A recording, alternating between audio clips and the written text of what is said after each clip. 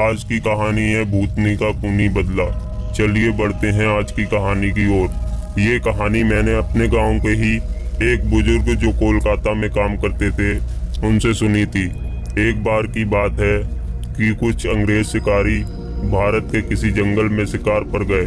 उस जंगल के बाहर एक डाक बंगला था, पर उसमें पहले से ही कोई बड़ा अंग्रेज अधिकारी ठहरा हुआ था।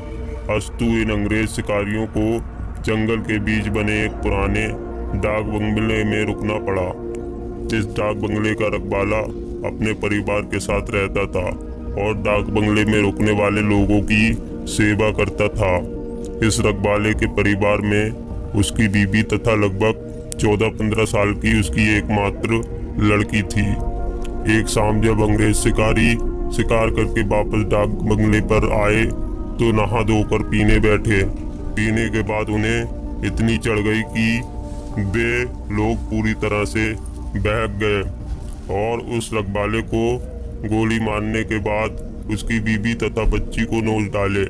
इन पापियों को नशे में कुछ भी पता नहीं चला और नोचने के बाद उन दोनों को भी गोलियों से भून डाले और तीनों की लाश को डाक बंगले के पीछे दफना दिए। ये बात आई गई रह गई।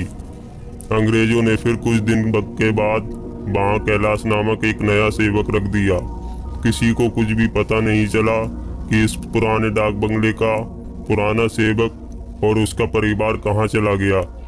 एक बार की बात है कि नया सेवक कैलाश रात को गेट बंद करके सोया हुआ था।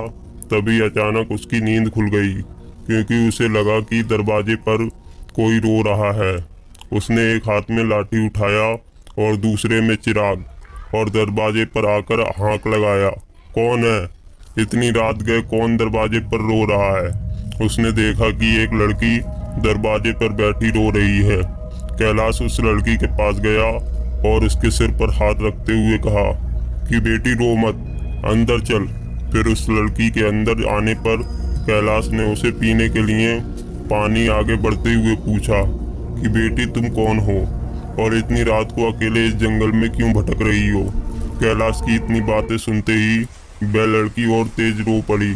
कुछ समय तक तेज तेज रोने के बाद वह थोड़ा शांत हुई और कैलाश को बताई कि वह इस डाक बंगले के पहले सेवक की पुत्री है। फिर उसने ये भी बताया कि कैसे 4-5 साल पहले अंग्रेज शिकारियों ने उसके पिता को मार डाला और उसके बाद उसके तथा उसकी माँ की आबरू को नोच डाला।